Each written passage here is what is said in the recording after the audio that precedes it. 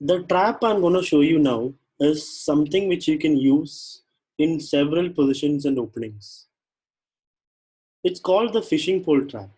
This is a typical position where this trap can be used. In this position, most white players will just play h3, right, to attack the bishop. This bishop has pinned the knight, so it has to be attacked. If white plays h3, black can play the amazing move h5,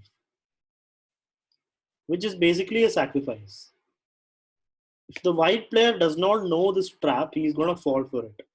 So he will take it, and then you will just take back. Now the rook becomes active, the knight's attacked. If the knight moves, then comes queen h4, and the position is simply lost. You cannot take the pawn because queen h1 is checkmate. So black is actually threatening queen h2 checkmate, and if the knight moves, there's queen h1 checkmate also. And there's no way for white to stop this checkmate. So once white takes that sacrifice, once white accepts that piece, his position is gone. His position is lost.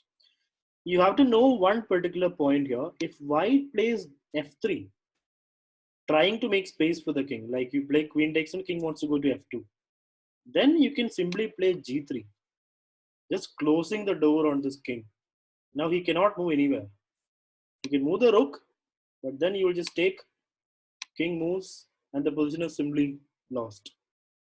Imagine if the knight moves elsewhere, like instead of h2, let's say the knight comes and takes this pawn, for example. It looks more active, right? You can do the same thing. Wherever that white knight moves, queen is going to come to h4.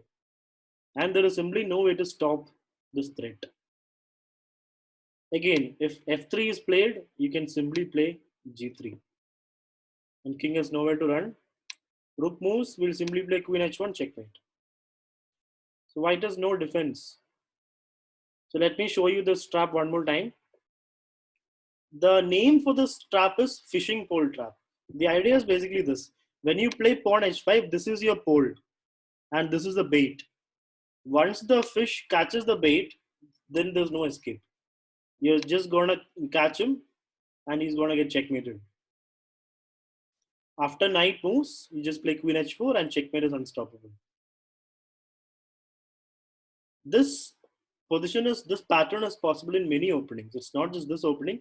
Even instead of bishop, you can also have a knight here, and the same thing can happen. If white plays h3, you can play h5.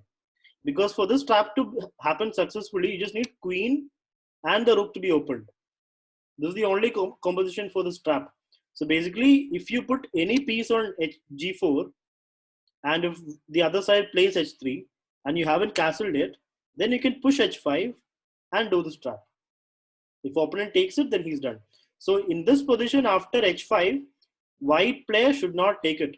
If ever your opponent plays this, you should not take it in a hurry. Then the position becomes lost. We have to ignore this piece and develop our pieces normally.